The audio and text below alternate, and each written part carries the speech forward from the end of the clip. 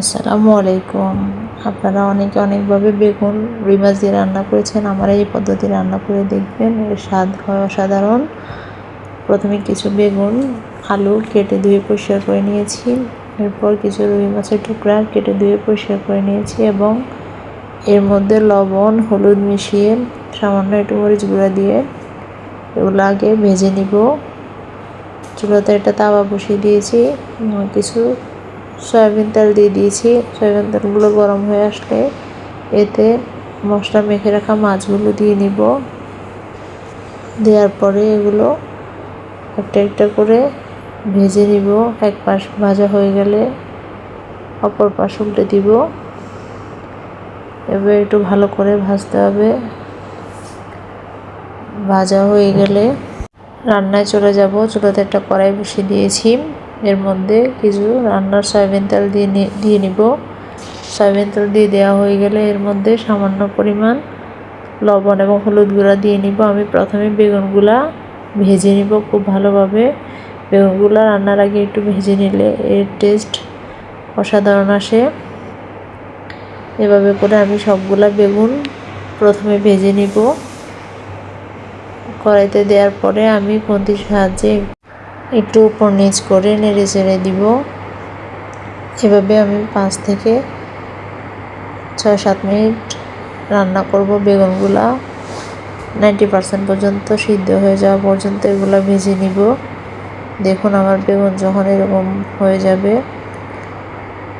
তখন আমি বেগুনগুলো নামিয়ে ফেলব।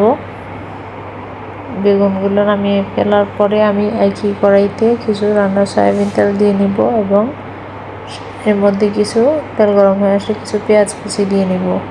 পেঁয়াজ কুচি দেওয়ার পরে খুন্তির সাহায্যে পেঁয়াজগুলো নেড়ে ভাজা ভাজা করে নেব। এরপরে এর মধ্যে রসুন বাটা এবং আদা বাটা দিয়ে দিব 1 চা চামচ পরিমাণ। আদা রসুন দেওয়ার পরে আদা রসুনগুলা ভাজা ভাজা করে নেব যতক্ষণ না আদা রসুনের কাঁচা গন্ধ চলে যায়। এরপর এর মধ্যে সামান্য পানি দিয়ে দিব গুঁড়া মশলা অ্যাড করার জন্য।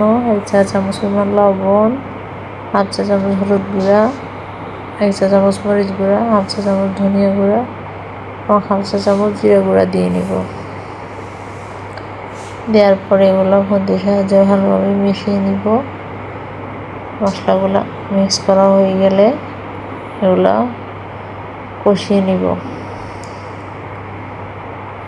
কষিয়ে নেওয়ার আগে আমি এর মধ্যে আলুটা অ্যাড করে নিব, কারণ আমি বেগুনটা ভেজে নিয়েছি। আলুটা সিদ্ধ হতে সময় লাগবে, তাই আমি আলুটা সহ একসাথে এটা কষিয়ে নিব। মশলাটা কষিয়ে নেওয়া হয়ে গেলে দেখুন উপরে তেল উঠে এসছে। আপনারা বুঝে নেবেন যে উপরে যখন তেল উঠে আসবে তখন মশলাটা কষানো সম্পূর্ণ হয়েছে। এরপর আমি এর মধ্যে কিছু পানি দিয়ে নিব। পানিগুলো দেওয়ার পরে আমি খুন্তির সাহায্যে আলু এবং মশলাগুলো নেড়ে চেড়ে মিশিয়ে নিব। মিশিয়ে নেওয়া হয়ে গেলে আমি একটা ঢাকনার সাহায্যে ঢেকে দিব এবং 5 মিনিট পরে এসে যখন বলক আসবে এরকম, তারপর আমি এর মধ্যে আগে থেকে ভেজে রাখা বেগুনগুলো দিয়ে নিব।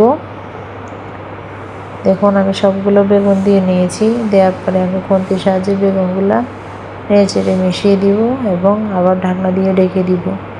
ঢেকে দেওয়ার পরে আমি ভেজে রাখা মাছগুলো দিয়ে নিব। আগে থেকে ভেজে রাখা মাছগুলো দিয়ে নিব একটা একটা করে। দিয়ে নেওয়া হয়ে গেলে একটা ঢাকনার সাহায্যে আবার আমি বেগুনগুলো ঢেকে দিব। এরপর দেখুন আমি 5 থেকে 10 মিনিট রান্না করার পরে আমার বেগুনগুলো এরকম কালার এসেছে। এরপর আমি কাঁচামরিচের ফ্লেভারের জন্য উপর দিয়ে 2-3টা কাঁচামরিচ ছেড়ে দিব। দেওয়ার পরে আমি আবার কতক্ষণ ঢাকনা দিয়ে ঢেকে রান্না করব 5 থেকে 10 মিনিট পর্যন্ত। রান্না করার পরে দেখুন আমার তরকারির এই ফাইনাল লুক। বেগুনটা একটু হালকা ঝোল ঝোল নামাবেন, কারণ বেগুন যখন নামিয়ে ফেলবেন তখন এর ঝোলটা আরও কমে যায়, শুকিয়ে যায়।